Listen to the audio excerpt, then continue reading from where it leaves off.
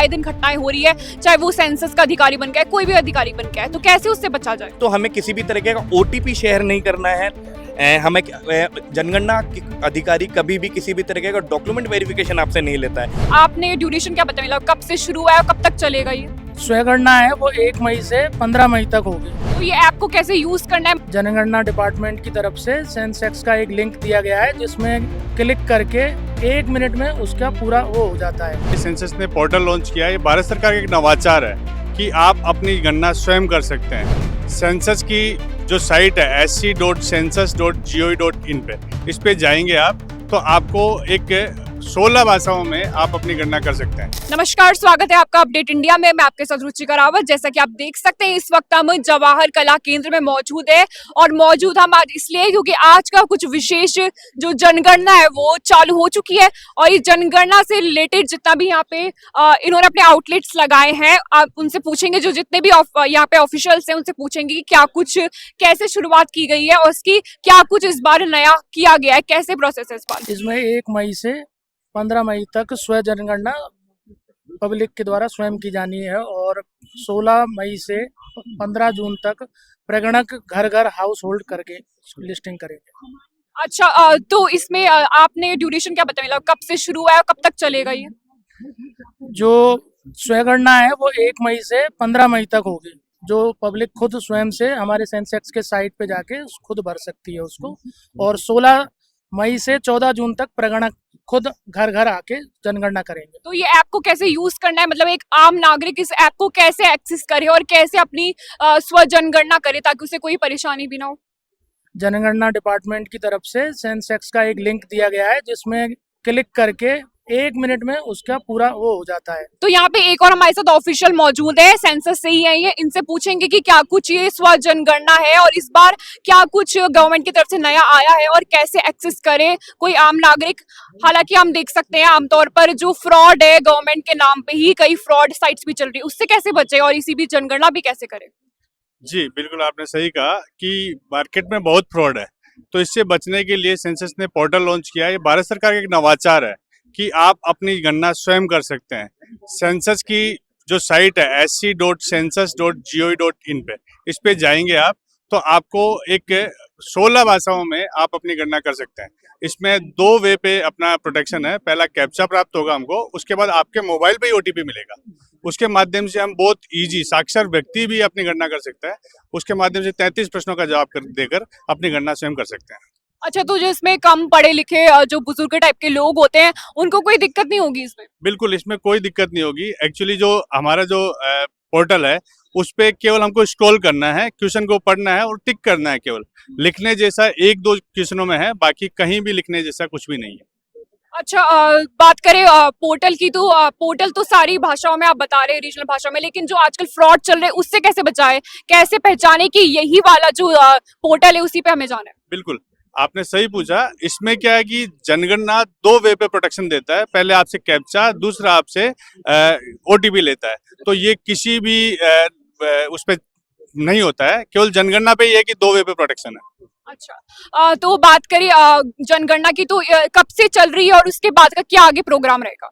ये अभी स्वयंगणना का जो चल रहा है वो चल रहा है हमारा 1 मई to 15 मई तक। हम खुद से सेल्फ एडमिशन कर सकते हैं, जिसे हम स्व जनगणना कह रहे हैं।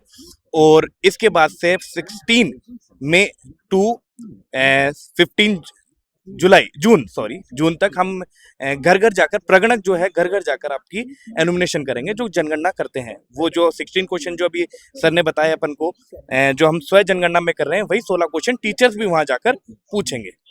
तो ये 16 तारीख तक आप बोल रहे हैं, तो उसके बाद क्या जनगणना नहीं होगी? नहीं, ये हमारा फर्स्ट फेज है जिसे हम एचएलओ बोलते हैं, जिसके अंदर हम जो बेसिक एमिनिटीज हमारी होती है उसके रिगार्डिंग हम क्वेश्चंस पूछे जाते हैं। हाउसिंग के लिए अंदर कवर किसके अंदर होना कुछ नहीं है, हमारे पास में ये बेसिक एमिनिटीज के रिगार्डिंग हमारे 33 क्वेश्चंस होते हैं जो कि हमसे पूछे जाएंगे। जैसे कि हमारे पास में हमारा फर्श किस चीज़ का है, हमारी छत किस चीज़ की है, हमारे घर के अंदर नल किस चीज़ के ऊपर आता है, खुली नाली तो नहीं है हमारे यहाँ पर, गंदा पानी का निकास कहाँ पर है। इस तरह के कुछ बेसिक क्वेश्चंस है 33 जो हमारे यहाँ पर पूछे जाते हैं। ये हमारे डेवलपमेंट के आधार के ऊपर होते हैं। हर जगह पर इनकी अलग अलग चीजें होती है, कहीं पर खुला नाला होता है, कहीं पर पैक नाला होता है, तो उस चीज के रिगार्डिंग। तो आए दिन घटनाएं हो रही है, चाहे वो सेंसस का अधिकारी बन गया है, कोई भी अधिकारी बन गया है, तो कैसे उससे बचा जाए? देखिए, ये आपका एक बहुत अच्छा सवाल है। इसी चीज के लिए जागरूक होना भी बहुत जरूरी है लोगों को। सबसे पहली चीज तो हमें किसी भी तरीके का ओटीपी शेयर नहीं करना है। हमें जनगणना अधिकारी कभी भी किसी भी तरीके का डॉक्यूमेंट वेरिफिकेशन आपसे नहीं लेता है, जैसे कि ना आपसे ओटीपी लेगा, ना पैन कार्ड लेगा, ना आधार कार्ड लेगा।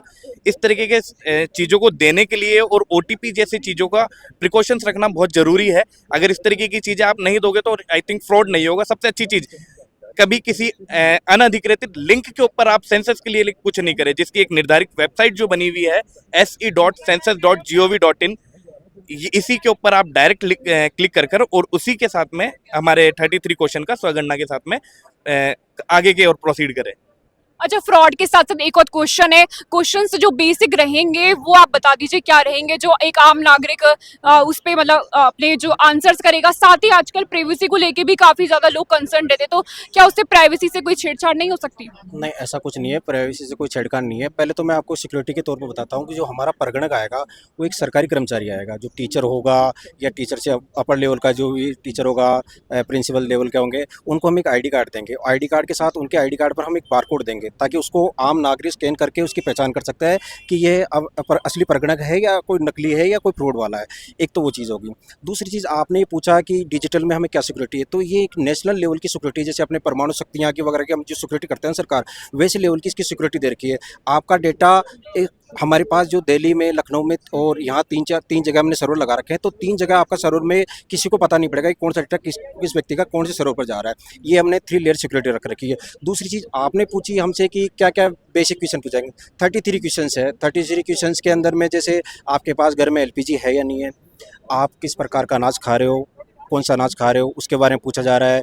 आपके पास घर में सुलभ शौचालय की व्यवस्था है या नहीं है, आपके पास घर में पानी कैसा आ रहा है, फिल्टर पानी आ रहा है, बिना फिल्टर के पानी आ रहा है, आपके घर में कितने मेंबर हैं, आपके घर की दीवार किससे बनी हुई है, फर्श किससे बना हुआ है, और क्या बोलते हैं आपका शौचालय में जो व्यवस्थाएँ हैं वो किस प्रकार की है। इम्यूनिटीज़ के बारे में हम जानकारी लेते हैं।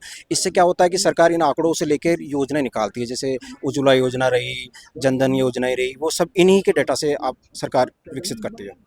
अच्छा, तो देखा जा सकता है बड़े जोरों शोरों से तैयारियां चल रही, क्योंकि अगर हमारे भारत की जनसंख्या की बात करें तो करोड़ों में, लाखों में, मिलियंस में यहाँ पे लोग हैं, और ऐसे में ये जनगणना करना एक अपने आप में बड़े लेवल का काम है। और ये बड़े लेवल का काम किस तरीके से सावधानियों, चाहे की सावधानी उन्होंने बताई, सिक्योरिटी, 3 लेवल सिक्योरिटी की यहाँ पे बात की जा रही है, साथ ही कैसे एक आम नागरिक खुद से ऐप स्व जनगणना कर सकता है, इन सब चीजों के बारे में इन्होंने बताया। और ये बहुत अच्छी मुहिम है इनके मुताबिक, और आशा है कि लोग इसको अच्छे से समझेंगे और इसका पालन करेंगे। और ऐसी तमाम अपडेट्स के लिए आप देखते रहे अपडेट इंडिया। मैं आपके साथ रुचिका रावत, कैमरामैन जावेद अली के साथ, जयपुर, राजस्थान।